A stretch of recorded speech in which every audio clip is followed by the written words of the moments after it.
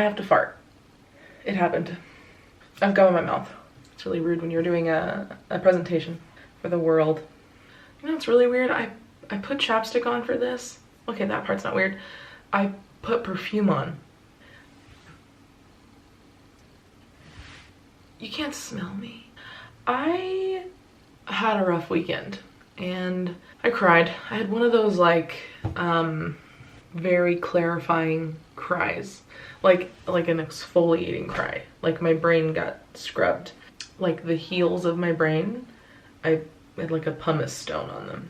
One of the like biggest things I realized, and I kept saying to myself while I was crying, was that I'm not happy, I'm not where I should be, but I'm close. I kept like feeling bad for those words coming out because they were big feelings. Like they were, you know, when you have a big feeling and you're like, oh, overreaction, reel it in. Like on Love Island, they always say like, wind your neck in. And I wanted to wind my neck in. I felt bad for feeling things. Feeling unhappy or somehow feeling not thankful, or I don't know, just like I'm in my life, but I'm not a part of it.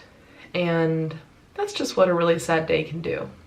It will take all the true things and sometimes make you say not true things. So I am happy and I am thankful. For some reason there's this clarity at the end of it that like I'm allowed to show up and do things. Like for as long as I can remember, I wanted to consistently document my life in a way that was meaningful to me and not just in a way that was like acceptable to others. And yeah, I kept going down the route that I'm like, that's acceptable to other people, because I don't think I'm an acceptable person physically. I keep showing up in a way that I'm just like, well, it'll be like appropriate. People will look and go, oh, good thing she showed up the appropriate way. Like if you're fat, you better be funny, or you better be really good at hiding it. Or if you have bad skin, you better not be into skincare, even though I have 3 drawers full of it because I enjoy it. I feel like I'm following this rule book. I hate it. I hate it. I don't think I'm pretty. I don't think I'm captivating. And yet I still want what I want. And that means something. I still want what I want. I'm 31 years old and I just was sitting there like, well then what do you want? You know, what is it that you actually want?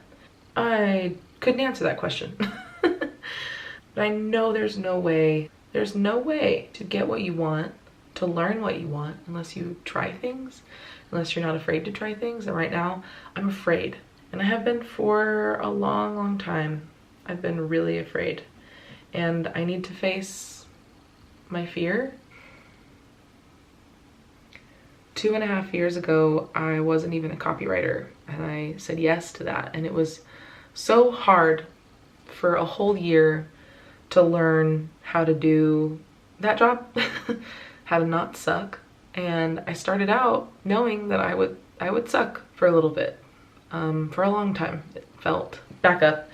The reason I'm thinking all this is because I read a book, or I'm still reading a book, and there's a chapter about I wish I could remember the name of the writer right now. Why am I doing this? I always do this. I'm like, this book, the author is a person. You know them? You know a person? That might be that one. The book is called Atomic Habits. And in the chapter I read most recently, the author is talking about how there's a difference between being in motion and being in action. And how it's like, it reminded me of the episode of The Office where Beach Games in season 3, where Michael is like gonna walk across the hot coals and he's like, count me down, and he's in motion, he's like gearing up to do the thing, but he never does the action, like the thing that he's preparing to do. I've been in motion for so many of my deepest desires for a long time. It's like I've never taken action on things, but I have so much hesitation in me and so much fear and so much like shame for who it is that's showing up to take action. I feel like I need to start with like a sorry it's me who's doing the thing. I bet you wish you had somebody else. I've apologized to myself, like looked in the mirror and been like, sorry, you are the way you are. If you were anybody else, you'd get to do the things you love. I'm gonna throw away that idea needs to get canceled really quick. And I figured in 2020, the year of, I guess, canceling things, I'm going to cancel as much bad thinking as I possibly can. The only way to do that is by, I think, starting with action. And that's this. I don't give a shit if I don't know what I'm gonna talk about here. I already feel better having hit record. I can't change my voice, I can't change my laugh, I can't change who I am, and the way that I'm gonna start crying again. The way that I show up in the world will always shift and change, but it will still always be me who does it. And I need to realize the person who has those dreams is me. They aren't anybody else's. They are mine, on this face, with these allergies to I don't know what, but wow. Pretty sure it's just rosacea. My insecurity is in the same body as the dreams. Which one am I gonna let win? You know? I have a lot of fear about never being anything I'm proud of. I have a lot of fear about never doing something that actually helps the world. All the changes I've gone through in the last few years have all continually pushed me to a place where the motion has just made me nauseous. It's just given me motion sickness. I need to move forward, even if it's at a snail's pace. And in fact, a snail's pace probably would give me less motion sickness. I've been watching a lot of episodes of Somebody Feed Phil and just reacquainting myself with the idea that you can go and do something so simple and yet it be so profound.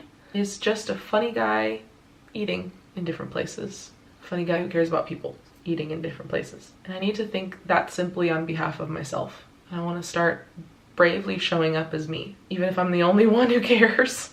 And so I decided to sit in the worst place I possibly could, which was in my bathroom with a view of my toilet that is leaky. Having just done my skincare and given myself a scalp massage and put on my nighttime chapstick, which is the extra strength kind. And I guess my message right now, because I don't have like a channel commercial, is I've been waiting for the perfect time to do this, and that time will never show up. More than likely, I would guess a lot of people are waiting for the perfect time to do something. And maybe there is a time and a place for a lot of things. And sometimes things take a lot of tiny actions before you can take the big action you're really excited about. Maybe you want to run a marathon. It takes practice to get there, but I guess I'm not even aware of what my marathon would be. I'm just taking tiny action now.